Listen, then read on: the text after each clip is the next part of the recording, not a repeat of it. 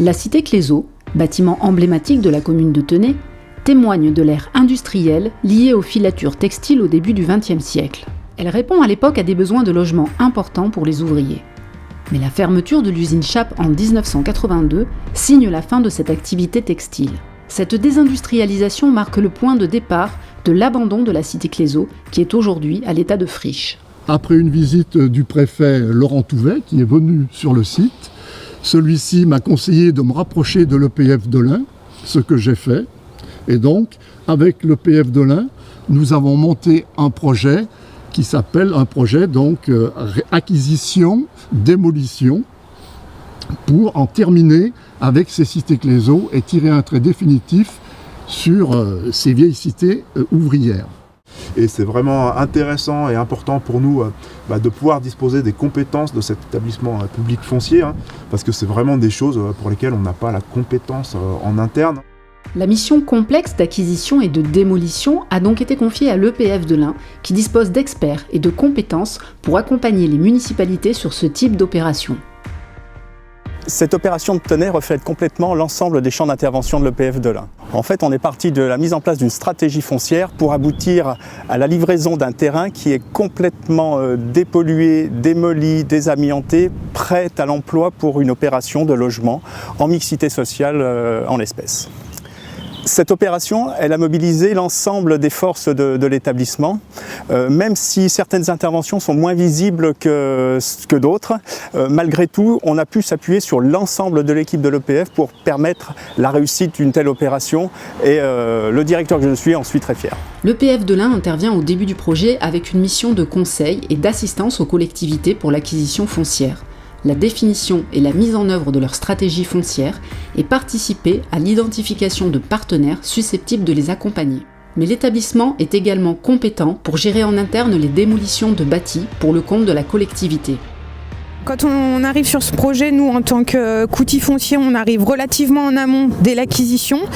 Donc la première phase qui est hyper importante, c'est de la discussion avec la collectivité pour son projet futur. Parce qu'il s'agit aujourd'hui de démolir un bien, mais il faut qu'on sache comment rendre la plateforme pour quel projet, afin d'établir un cahier des charges qui correspond vraiment à ce que souhaite la collectivité dans le futur. La gestion d'un chantier de démolition en milieu urbain peut présenter des difficultés majeures.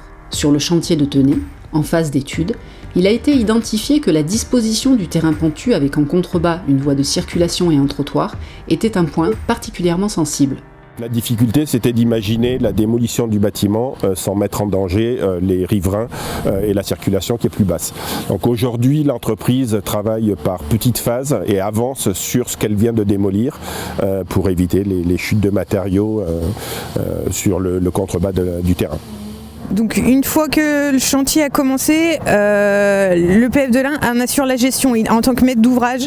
Donc on est là avec Ginger, notre maîtrise d'œuvre, pour s'assurer que le chantier se réalise en toute sécurité et qu'on arrive à ce qu'on avait demandé au départ, c'est-à-dire une plateforme prête à reconstruire. Le chantier ne présente pas de difficultés techniques majeures, outre la présence d'amiante et de plomb. Mais les enjeux concernant la gestion et la valorisation des déchets ont fait l'objet d'une attention particulière. Donc l'entreprise fait un curage, met les matériaux en fonction de leur nature dans des bennes séparées pour un recyclage de matériaux, je dirais, classiques aujourd'hui. La gestion du chantier n'est pas la pierre finale du projet. L'EPF de l'Ain a une dernière mission. Donc nous, on accompagne toujours la commune dans son projet futur de reconstruction par le conseil et l'ingénierie. Mais à terme, au moment du montage du projet, de la reconstruction, l'EPF de l'Ain rétrocédera le tènement à la commune ou à l'aménageur qu'elle aura choisi pour qu'il puisse lancer le projet et le réaliser. On s'est mis en relation avec la SEMCODA, ça va être de reconstruire des petits pavillons locatifs qui eux fonctionnent très bien, marchent très bien sur la commune, on en a déjà quelques-uns. Donc ça fera finalement une belle plateforme pour faire un autre type de logement. L'établissement public foncier de l'Ain est vraiment très attentif à la qualité de l'accompagnement des collectivités de son territoire. Avec l'économie du foncier, les démolitions et la dépollution seront bien plus présents dans toutes les opérations. C'est cette notion-là de clé en main que nous cultivons au sein de l'EPF de l'Ain afin de rendre un maximum de services aux collectivités et lui permettre de s'appuyer sur un expert qui gère tous les éléments de son projet à sa place. L'établissement public foncier de l'Ain est vraiment l'outil pour accompagner les collectivités dans leurs projets d'avenir. L'accompagnement de l'EPF pour une commune, c'est absolument parfait, puisque nous sommes absolument occupés de rien. Je ne me suis occupé de rien et les mauvaises langues diront que c'est ce que je fais de mieux.